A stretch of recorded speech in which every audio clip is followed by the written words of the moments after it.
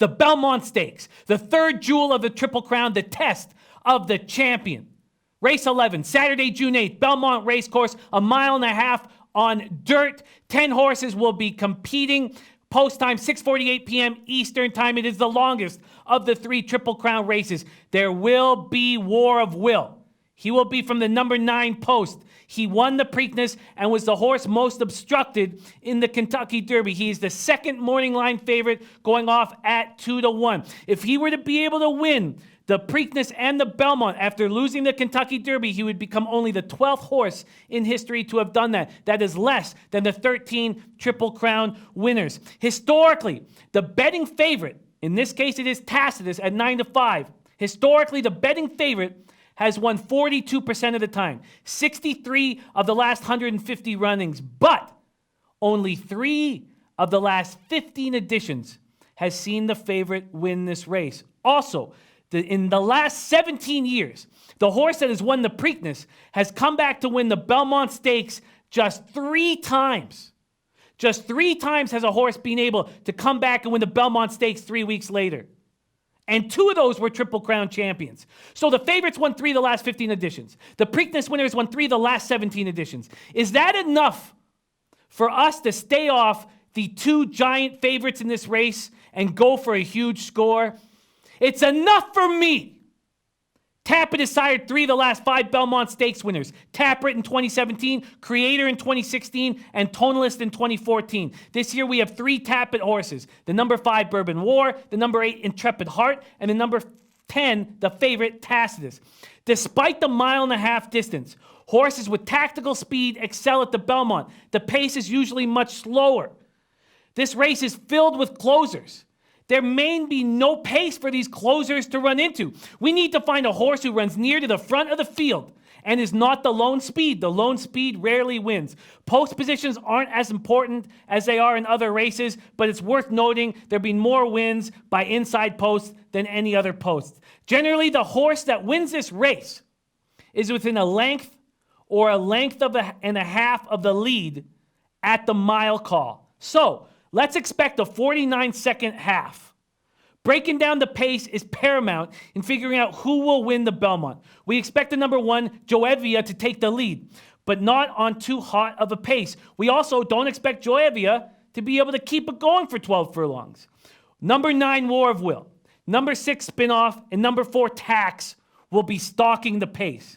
If you are backing the favorite, the number 10, Tacitus, you need to hope that he is right behind them in a stalking position, ready to strike. The weather on Saturday in New York is perfect. 80 Fahrenheit, partly cloudy, wind at 6 miles per hour. Let's break down these horses and let's go for a giant score. Number 1, Joevia. Morning line 30-1. Trainer Greg Sacco, jockey Jose Lescano, high buyer of 89. He's stepping up in distance and stepping up in class. He doesn't have a distance pedigree. Likely to go to the lead. He's the speed nearest to the rail. If he can slow down on the pace enough, and we don't expect it to be too hot, maybe he can hang around for a while. Maybe he can hang around for a mile. He raced in the Wood Memorial on April 6th in a race won by the number 10 horse in this race, Tacitus.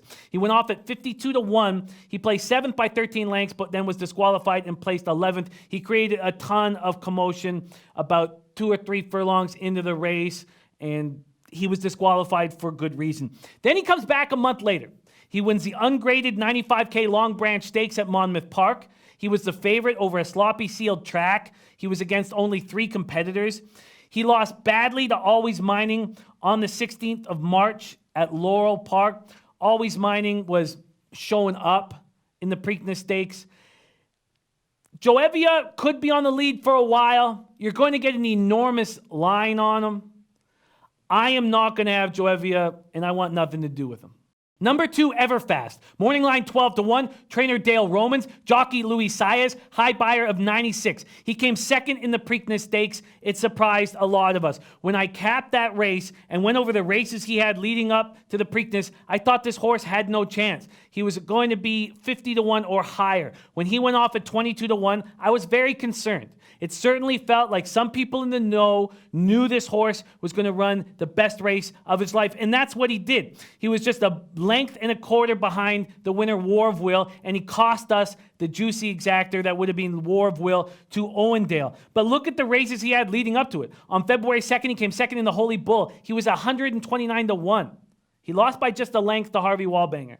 Then he comes back in the Fountain of Youth, stayed on a hot place, placed 8th, was 18 and a half lengths back. He went off at 64 to 1. Then he's in the Florida Derby. It's a slow pace, but that doesn't help him either. He comes 9th by 15 lengths at 91 to 1. Pat Day Miles next. He's 5th, but he's 10 and a quarter lengths behind at 66 to 1. He lost those 3 races by 44 lengths. Why did he run so much better at the Preakness? As we know historically, the tactics that Everfast uses coming from the clouds don't work in this race.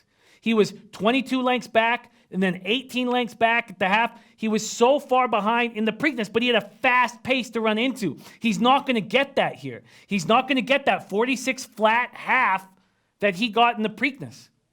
I'm not using Everfast in my action. Number 3, Master Fencer, morning line 8 to 1, trainer Koichi Tsunoda, jockey Julien Leparoux, high buyer of 96. He's won stakes races in Japan. He ran in the Kentucky Derby, and he came with a big late run. He finished 7th. He was placed 6th because of the maximum security disqualification. He has no early speed, but he's capable of sustained bids. We've seen his sustained bids in Japan, and we saw it again here at Churchill.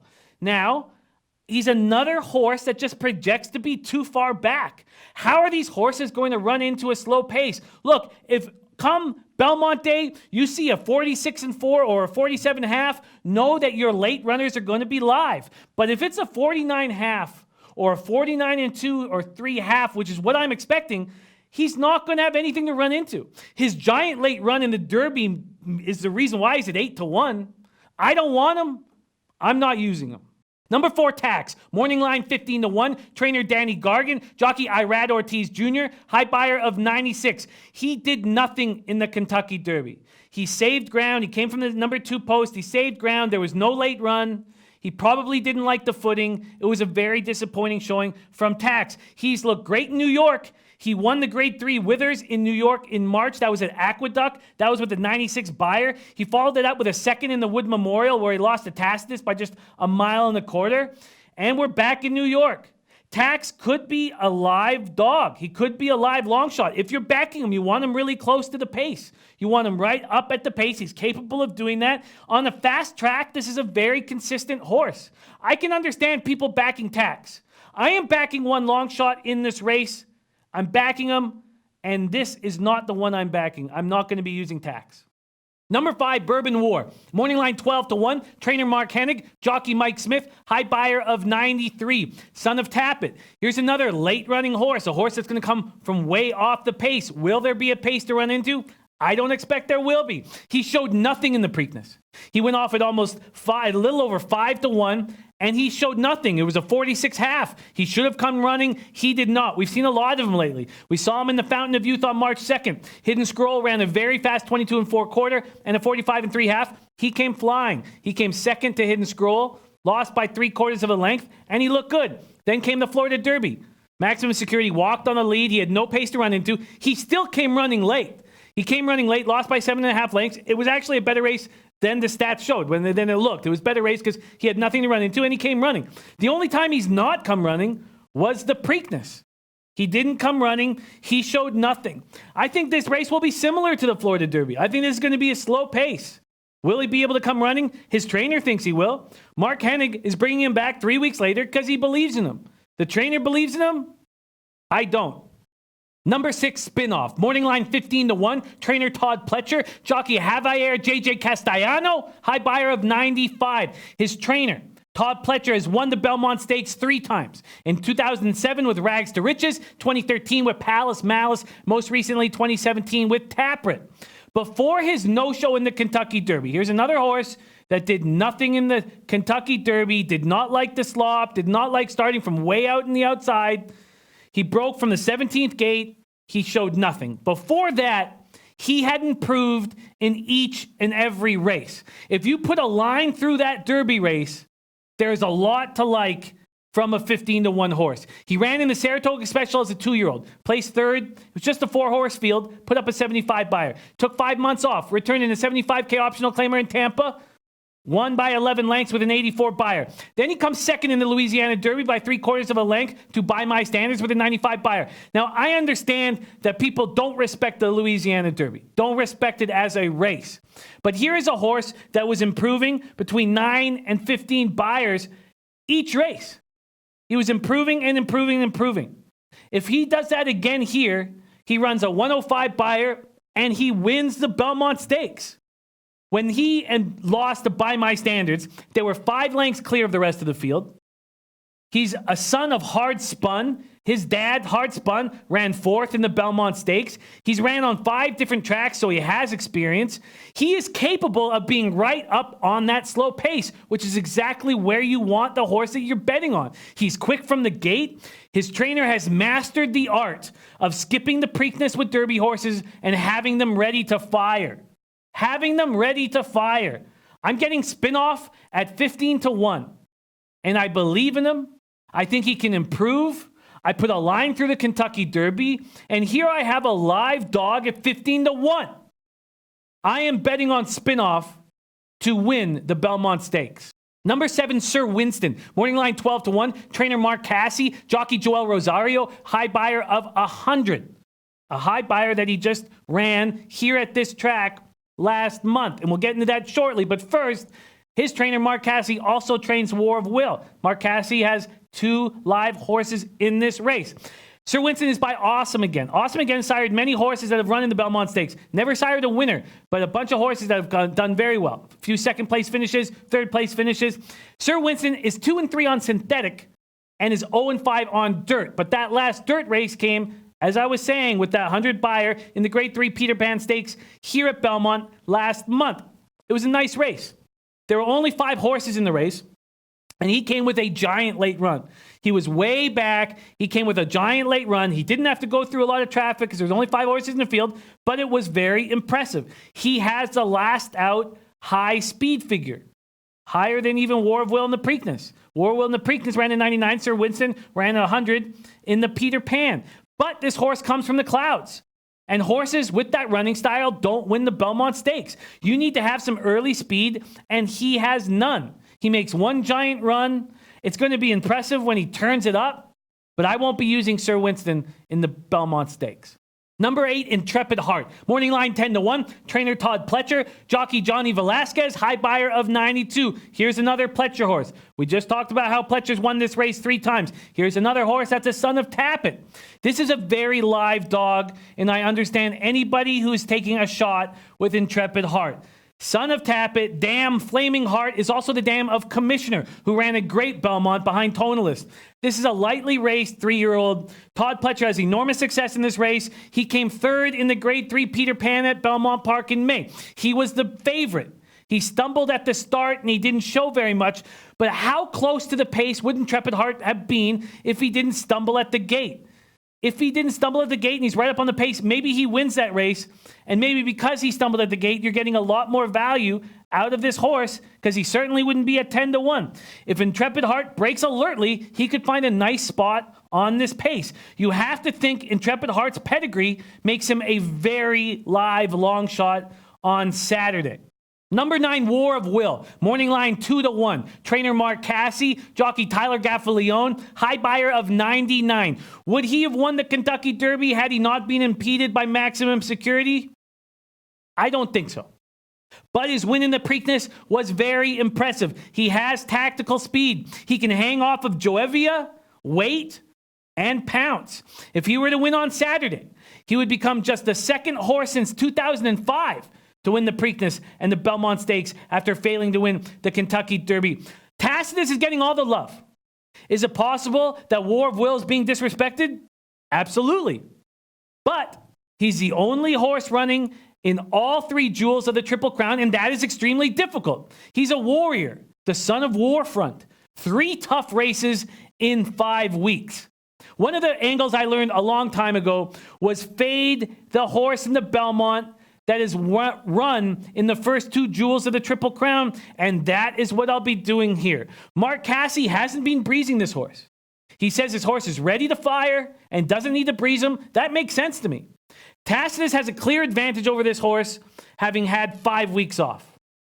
But War of Will have to be beaten to win the Belmont Stakes, and I will try to do that with spin-off.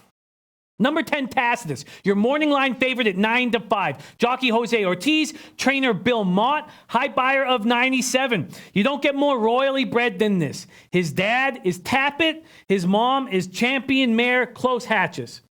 He won the Tampa Bay Derby and Wood Memorial. He comes from running off the pace. He won the Tampa Bay Derby on a slightly speed-biased track, but there was a 22 4/4 and a 45 4/2 that helped him. He won the Wood Memorial. He had to deal with some bumping and some adversity. 46 4/2 that helped him. He placed 4th in the Kentucky Derby, was moved to 3rd after the maximum security disqualification, but that had a 46 3/2. He's not going to get that here. If there's a 49 1/2, he's got to be within 3.5 lengths of the lead. If he's 7 lengths back, all bets are off. If he's within 4 lengths, 3 lengths of the lead, he will likely win this race. 2-time Grade 2 winner. He wins with sustained bids. Juddmonte Farms, Bill Mott, Jose Ortiz. You don't get better connections than that. He's an unbelievable pedigree. Here is a rested horse. And rested horses that run well in the Derby have had a lot of success in this race. I understand why Tacitus is the favorite. But I will not be betting the favorite on Saturday. The Belmont Stakes, the test of the champion.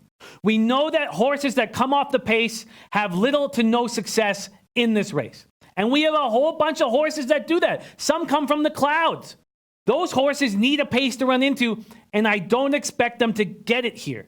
That's why I'm putting a line through all those horses. Then we have 2 big favorites. Let's talk about War of Will, 2-1. But he's running the first 2 jewels of the Triple Crown. He's the only horse in this race that's done that. I put a line through these horses when it comes to the Belmont, so I'm putting a line through War of Will. Then we come to the favorite, Tacitus. Incredible pedigree. Maybe he's built for this race, but those New York horses have not looked that good in the Triple Crown. Has he flattened out? What will he do with a slow pace? What if he still hangs way back on a slow pace? Can he still come running? There are a lot of questions, and it's a favorite. So I'm taking him off my list. I'm not using the 2 big favorites. Look, I'm going for a score here, and that's how I found Spinoff. He ticks all the boxes for me. What is the difference between Spinoff and Tax, maybe? Maybe you're asking that question. Tax, his buyers have sort of flattened out. Spinoff was getting better each race. He was improving, and not just by 2 or 3 buyers, by 10 buyers each and every race. And then he went into the Derby. He hated the slop, but he's going to get a fast track here. He's going to get a beautiful day here, and he's going to get a slow pace that he can be right on. And we know that year after year, the horse is right on the pace, within a length of the pace at the mile mark, win this race. And you're going to give me Spinoff at 15-1? Well, I'm going to take him, and I'm going to go for a big score. I'm putting $100 on Spinoff across the board, win, place, show. That will cost me $300. I'm going for a score on Saturday with a 3rd jewel of the Triple Crown. The Belmont is here. We lost on the disqualification. We were a hair from hitting the exactor in the Preakness. It's our time. This is our race. This is our spot for a big score. And I'm taking Spinoff at 15-1 to win the Belmont Stakes. Enjoy your Saturday and support local horse racing. Pletcher, a los bookmakers!